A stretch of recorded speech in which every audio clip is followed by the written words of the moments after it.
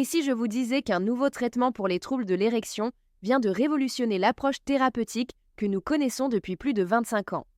Un traitement qui agit en quelques minutes et qui ne dépend plus de votre dernière prise de repas ou de votre verre de vin. Restez jusqu'à la fin de cette vidéo. Je vous explique tout sur cette innovation majeure. Bienvenue sur cette chaîne dédiée à la santé masculine. Mon objectif est simple, vous apporter une information médicale claire, basée sur les dernières avancées scientifiques. Et aujourd'hui, nous allons parler d'une vraie nouveauté dans le domaine des troubles de l'érection.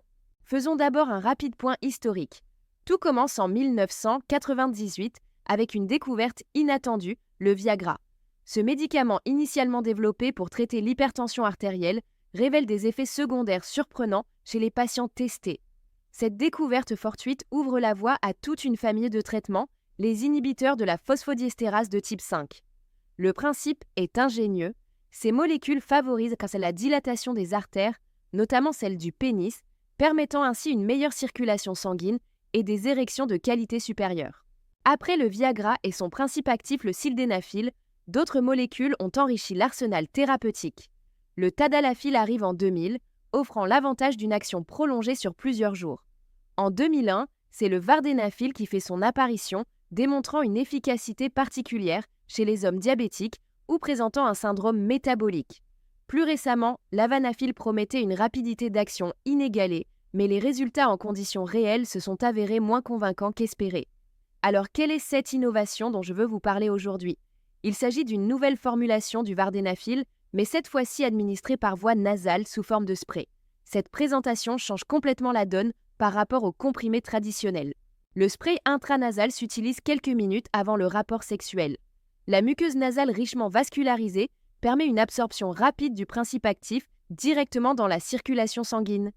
Cette voie d'administration contourne le système digestif, ce qui présente des avantages considérables.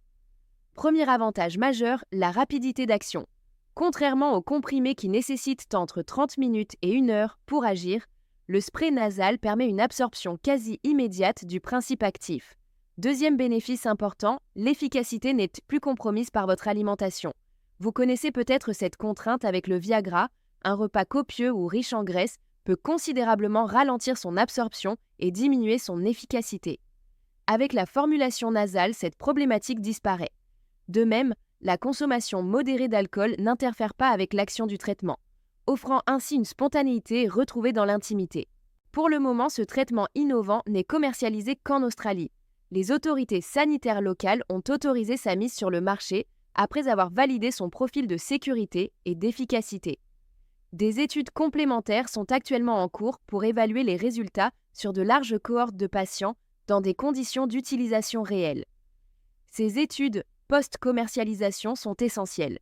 Elles permettent de collecter des données sur l'efficacité pratique du traitement, sa tolérance à long terme et d'identifier d'éventuels effets indésirables rares qui n'auraient pas été détectés lors des essais cliniques initiaux. Dès que ce spray au vardenafil sera disponible en France ou dans d'autres pays européens, je reviendrai vers vous avec une analyse détaillée.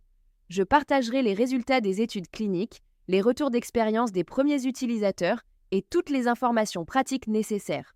Posologie, précautions d'emploi, contre-indications et bien sûr efficacité comparative avec les traitements actuels. Cette innovation illustre parfaitement l'évolution de la médecine moderne. Il ne s'agit pas toujours de découvrir de nouvelles molécules, mais parfois simplement de repenser la façon dont nous administrons des traitements existants pour en améliorer l'efficacité et le confort d'utilisation.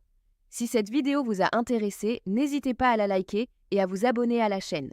Je publie régulièrement du contenu sur la santé masculine, toujours basé sur les dernières données scientifiques disponibles.